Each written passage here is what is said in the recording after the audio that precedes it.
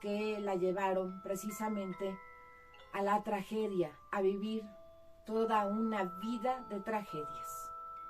Un aspecto incluso bestial, simiesco, le llamaron de muchas formas: la mujer oso, la mujer lobo, la mujer...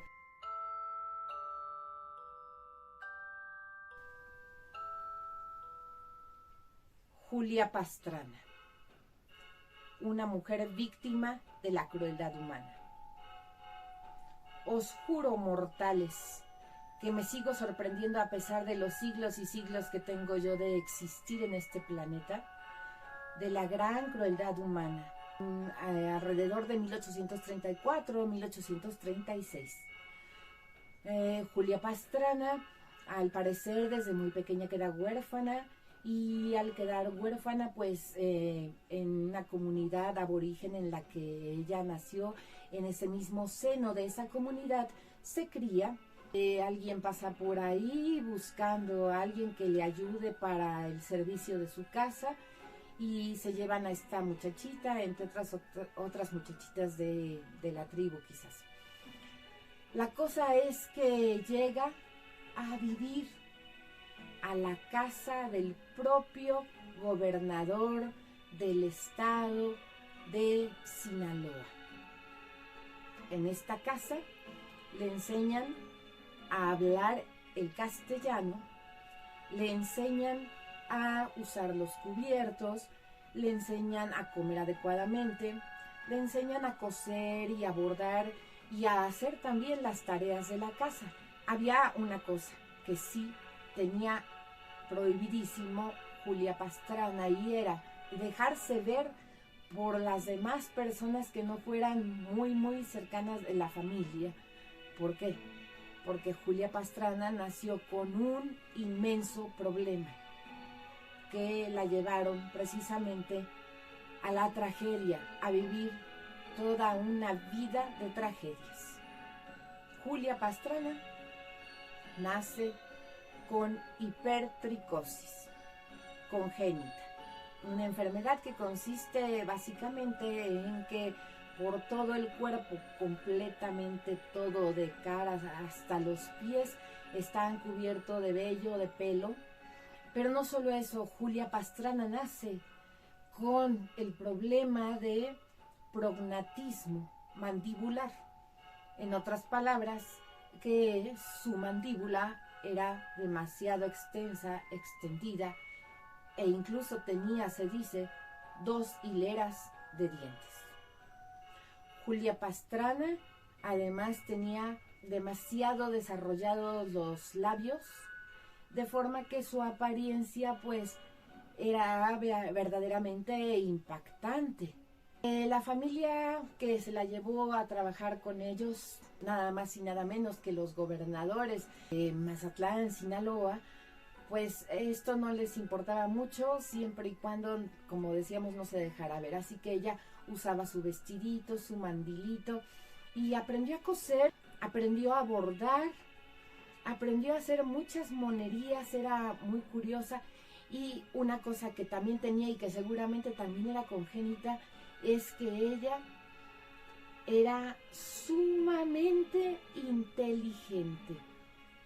Julia Pastrana tenía una inteligencia muy por encima de la media, A posteriori sería, pero aprendió a tocar el piano, porque resulta que una vez ella lavando trastes, lavando ropa, pasaba por ahí la señora de la casa y escuchó a alguien cantar como si fuera un ruiseñor.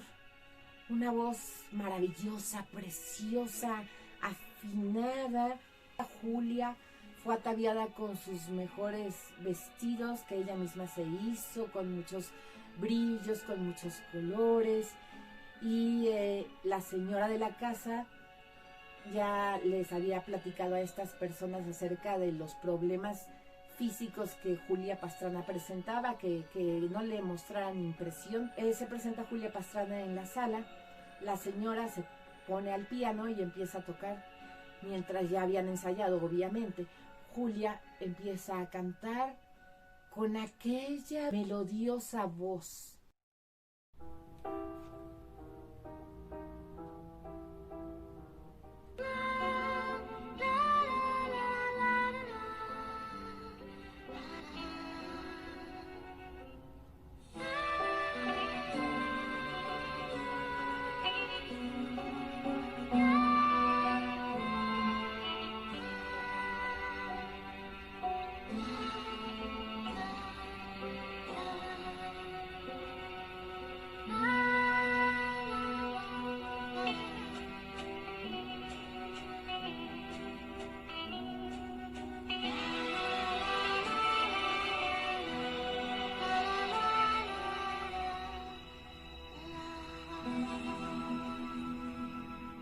los invitados se quedaron sorprendidos. Entonces estas personas que pues eran un poco hábiles para los negocios, le dijeron al señor de la casa y a la señora, oye, te la compramos, no es que no, mira, te la cambio por esto y esto. Total que la apostaron de alguna manera, hubo una especie de apuesta o algo así, y se llevaron a Julia Pastrana con ellos. Este señor que se la llevó, ya se sabía que él tenía negocios turbios, le encantaba hacer negocios, pero no negocios limpios, negocios turbios. Y veía la manera siempre de sacar pasta de acá, plata de allá, y buscársela, pero de una manera poco decorosa. A él lo que le importaba era tener dinero y punto. No tenía ningún reparo en hacerlo de la manera que fuese. Así que se llevó a Julia Pastrana, se la presentó a varias personas relacionadas con los medios en ese tiempo. En esos momentos estaba en boga esto de los espectáculos, de los frikis o friki shows, de los espectáculos de las rarezas, ya saben, ¿no? El hombre más gordo del mundo, el hombre más alto o más fuerte del mundo. Se sabe que muchos de estos friki shows pues sí tomaban a gente que tenía algunos males congénitos y otros pues se disfrazaban de alguna manera para hacer creer. El señor, aparte de que era obviamente una persona que no era honesta, era hasta ignorante, porque ni siquiera sabía lo mínimo para hablar un poco de inglés y comunicarse. Tuvo que hacerlo con un traductor y demás, ¿no? Pero bueno, buscaba a quién. ¿Y saben qué? Que Julia Pastrana sí hablaba inglés y lo entendía perfectamente, igual que el castellano, igual que su lengua natal. Aprendió también a hablar inglés. E incluso muchos dicen que hasta hablaba francés y que cantaba también óperas en italiano. La cuestión es que Julia no decía, yo sí hablo inglés y estoy entendiendo, no decía, pero se daba cuenta, porque era una mujer, como repetimos, sumamente inteligente, se daba cuenta de lo que estaba pasando, que a ella la querían vender para un show, para un freaky show, a ella la querían explotar de esa manera, y pues como que no estaba muy convencida. Resulta que llegó otra persona que dijo, bueno, yo sí tengo contactos con otras personas que manejan estos shows. Eran shows de estos espectáculos que sobre todo se sabe mucho en los Estados Unidos, en fin, y al resto de Europa también se pasó. Los freaky shows famosos en los que iban pues en caravana y se presentaban, ya lo saben, pues así. Entonces este señor, un tal Teodoro, dijo, yo te la puedo manejar, yo conozco a gente. Y en verdad él conocía a gente de estos medios. Entonces él se la llevó, tuvo la brillante idea de presentarla con el mismo P.T. Barnum. Sí, este señor, manager, pues creador de espectáculos de circo y de freaky shows y de todo eso, se la presentó. E incluso para el propio P.T. Barnum fue tan sorprendente lo que le presentaron al ver a Julia Pastrana que se conmocionó y dijo, oh, mira, sí presentamos, y eso que él también era muy dado al dinero y a ver cómo lo sacaba y tal, aún él se sorprendió y dijo, aquí sí no, aquí sí yo no entro. Esto ya es demasiado para mí, no puedo con esto, es demasiado para mí. Esta gente que promovía estos shows sí se interesó en este caso por Julia Pastrana. Ellos sí no tuvieron ningún reparo como lo tuvo P.T. Barnum, y de inmediato la empezaron a preparar para que no solo cantara, sino que también bailara. Y bailaba con una gracia, dicen que tan sutil, una gracia que tenía una fineza, una delicadeza, porque en la casa de aquel gobernador del estado de Sinaloa, la verdad es que aprendió también modales finos, demasiado refinados, que la gente incluso se olvidaba de su físico y quedaba extasiado al escucharla cantar, al verla bailar, al verla actuar. Se cree que son los únicos momentos en que Julia Pastrana era realmente feliz, cuando estaba en los escenarios, frente al público, presentándose, cuando estaba cantando, cuando estaba bailando. Ahí Julia Pastrana era realmente ella y sacaba todo su talento adelante. Ahí es cuando sentía que estaba viva. Fuera de eso, en su vida cotidiana, doméstica, la cosa no era igual. E incluso decían, en estos shows, freaky shows, cuando la presentaron por primera vez a Julia Pastrana, le contaban al público una historia por demás tonta, por demás burda, por demás ignorante. La presentaban como que ella era producto de la relación de su madre con un simio, o de la relación de su madre con un oso, o de la relación de su madre con un lobo. Entonces se lo creía, entonces la mujer simio, que la mujer oso, que la mujer lobo. Así la presentaban. Este señor Teodoro la trataba un poco mejor que el anterior tipo que la había comprado. Este señor Teodoro, que también hizo unos arreglos con este otro, le dio un dinero y el otro ya se fue muy feliz. Este señor Teodoro la trataba incluso con una especie ya hasta de manera de como cortejo, como a una dama. Le llevaba flores, desde que estaban ya ensayando para presentarla en los shows y demás, él la empezó a tratar mejor. Por lo que Julia ya es cuando fue cediendo pues a los escarceos de este señor Teodoro, y fue un poco así como él muy listo también la fue como envolviendo, de tal manera que ella entonces se diera y se pusiera a cantar, se pusiera a bailar, en fin, que era un agasajo, dicen, verla. Tanto así que llegó a oídos de la realeza británica y quisieron conocerla en persona. De la realeza de aquel entonces también en los países como Austria también fue presentada en las cortes. Ella la conoce hasta la misma realeza y se impresionan de cómo ella tomaba la taza del té, cómo ella era delicada en los modales, cómo entendía el inglés, cómo se expresaba en francés, cómo se expresaba en italiano, cómo se expresaba en castellano. En fin, que fue todo un descubrimiento.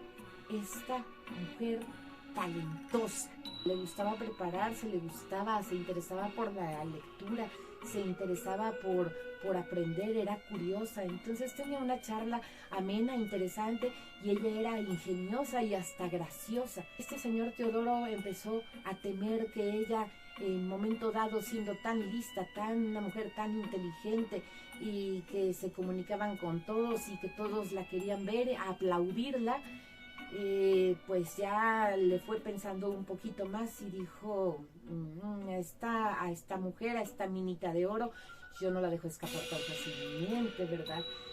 ¿Y qué hizo? Ya la empezó a cortejar, pero ahora sí ya no nada más para convencerla de que actuara, de que se presentara, sino que le empezó a cortejar de una manera ya más caballerosa aún. Ya se hincaba ante ella y empezó a hacerla creer, realmente a hacerle creer que él había caído rendido a sus pies, que él se había enamorado de ella, y le pidió que por favor se casara con él. La verdad es que Julia Pastrana no era tonta, sabía que pocos ofrecimientos iba a tener de matrimonio. Entonces ella también pues fue cediendo a los encantos de este tipo, accedió y se casó con él. Tan feliz que quiso darle un hijo a este señor, y así fue. Julia Pastrana lamentablemente se embarazó. Lamentablemente lo digo porque pues ella, o era muy posible que transmitiera esta enfermedad congénita. Julia Pastrana dio a luz.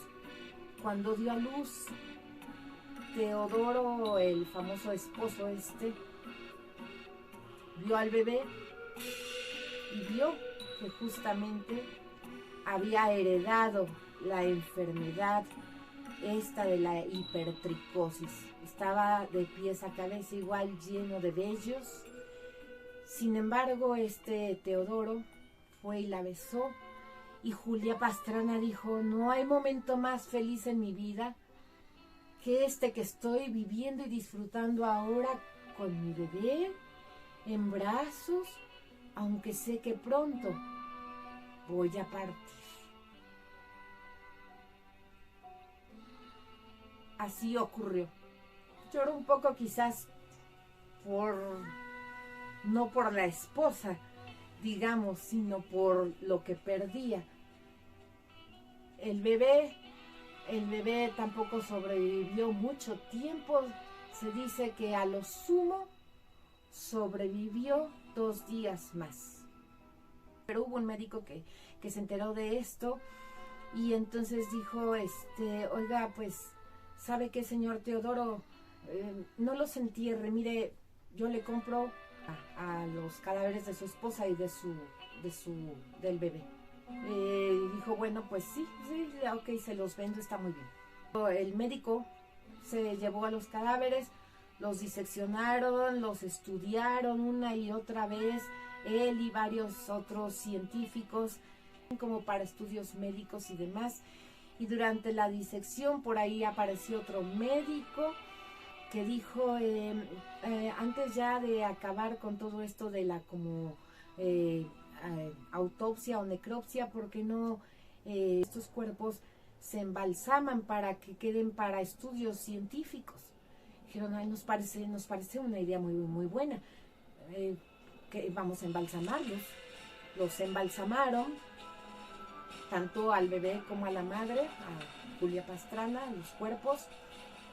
Este señor, mientras tanto, Teodoro, por su lado, por allí, allá en Europa, conoció a otra mujer con unas características similares a esta otra mujer,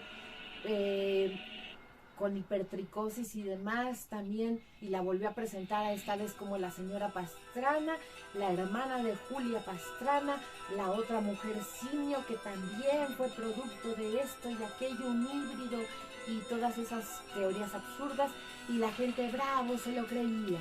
Y entonces salía la otra Pastrana, supuestamente, la segunda, bailando y cantando, no para nada con la misma gracia, ni con las mismas dotes que tenía la verdadera Julia Pastrana, por supuesto que no.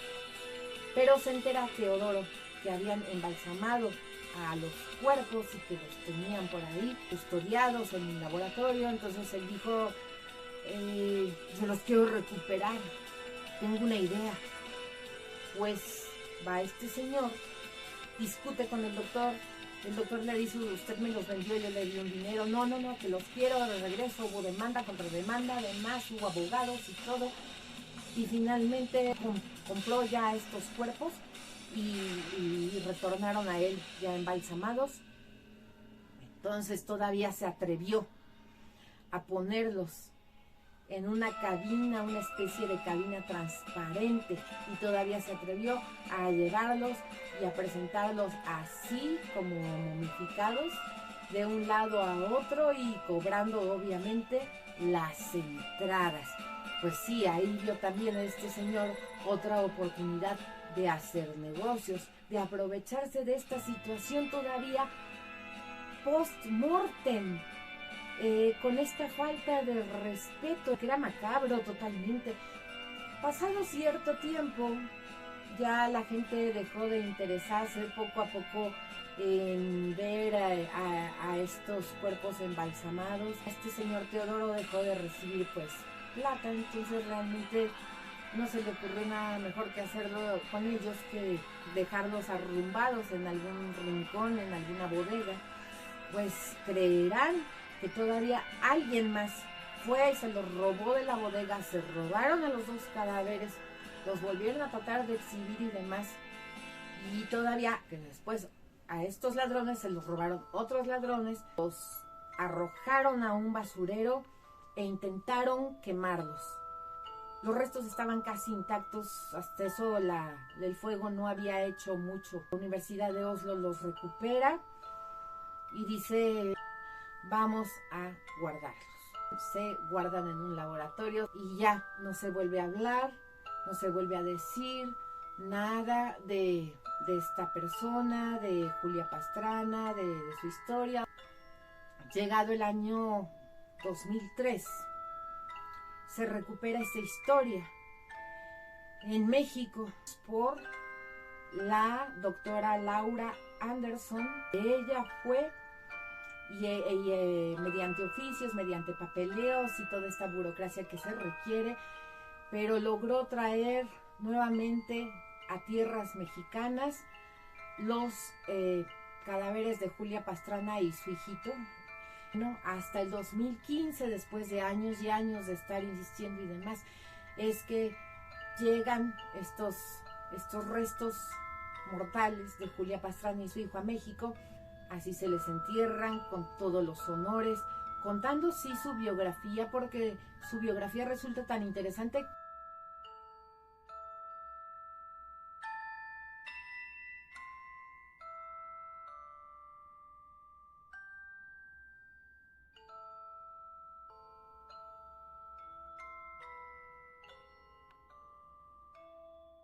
Que tengáis en esta noche, como siempre, dulces, muy dulces pesadillas.